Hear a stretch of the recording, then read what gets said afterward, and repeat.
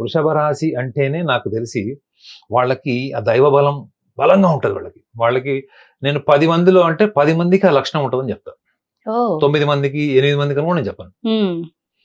ఆధ్యాత్మిక లక్షణాల్లో వాళ్ళకున్న గొప్ప లక్షణం ఏంటంటే వాళ్ళు దేనికి కరగరు, ఒక్క ప్రేమకు తప్ప. అంటే మొండిగా ఉంటారా?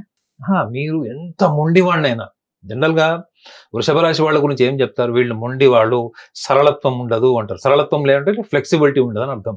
వీళ్ళు మొండి వాళ్ళు, వీళ్ళకి సరళత్వం ఉండదు, ఏకపక్షంగా చూస్తారు, అన్ని మానసికంగా అనుభవించుకుంటారు, మానసికంగా వీళ్ళు కక్ష సాధింపు చేస్తారు, వాళ్ళకు నచ్చేలాగా ఉండకపోతే వాళ్ళు ఏమన్నా చేస్తారు. ఇలాంటి రకరకాల లక్షణాలు మీకు అసుర రూపంలో రాసి ఉంటాయి. వీళ్ళు అంటే నెగిటివ్ పాయింట్స్ అనేది రాసి ఉంటాయి.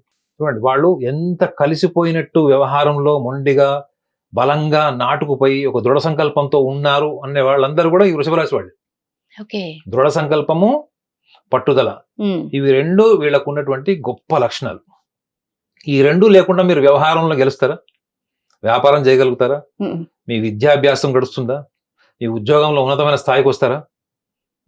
ఒక బలమైన దృక్పథం లేకుండా ఒక అమ్మాయి ఒక అబ్బాయిని ప్రేమించింది, ఒక అబ్బాయి అమ్మాయిని ప్రేమించారు, వాళ్ళ మీద రకరకాల వివాదాలు వచ్చినప్పుడు కూడా ఆ వివాదాలన్నీ పక్కన పెట్టి వాళ్ళకు ఉన్నటువంటి సొంత ఆలోచనతో పరిశీలించాలంటే ఏముండాలి? మీకంటూ ఒక వ్యక్తిత్వం, మీకంటూ ఒక బలమైన వ్యక్తిత్వం ఉండాలి. 6 నెలలు గౌతమ్ బుద్ధుడు 6 నెలలు ధ్యాన స్థితిలో ఉన్నాడు. 6 నెలలు 6 నెలలు ధ్యాన స్థితిలో ఉండని గమనించింది ఏంటి అంటే, మన జీవిత సారాంశం అంతా కూడా మనస్సుని శుద్ధి చేసుకోవడమే అని చెప్పాడు. The whole essence of life is to purification of the mind.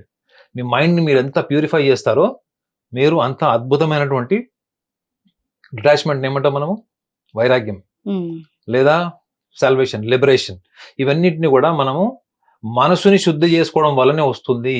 అంటే పండుగల టైంలో ఇళ్లను శుద్ధి చేస్తుంది తెలుస్తాం, చూస్తూ ఉంటాం మనం. కానీ ఇళ్లతో పాటు ఈజీ కంటికి కనిపిస్తుంది, అసలైన శుద్ధి మనలో జరగాలంటున్నారు మీరు.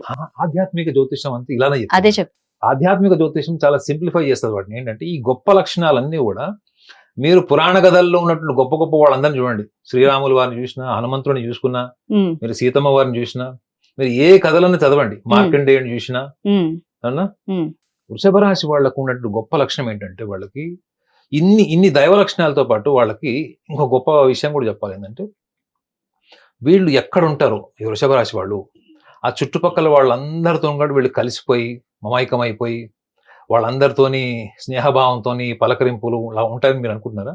అవును, ఎందుకంటే వాళ్ళలో ఉన్నవన్నీ దైవ లక్షణాలు కదా, కాబట్టి వాళ్ళందరితో మంచిగా ఉంటారు. రివర్స్ ఇది ఏంటి చెప్పండి, వీళ్ళు ఎవరితో కలవరు, కానీ అందరు వీళ్ళు కలవడానికి ఇష్టపడతారు.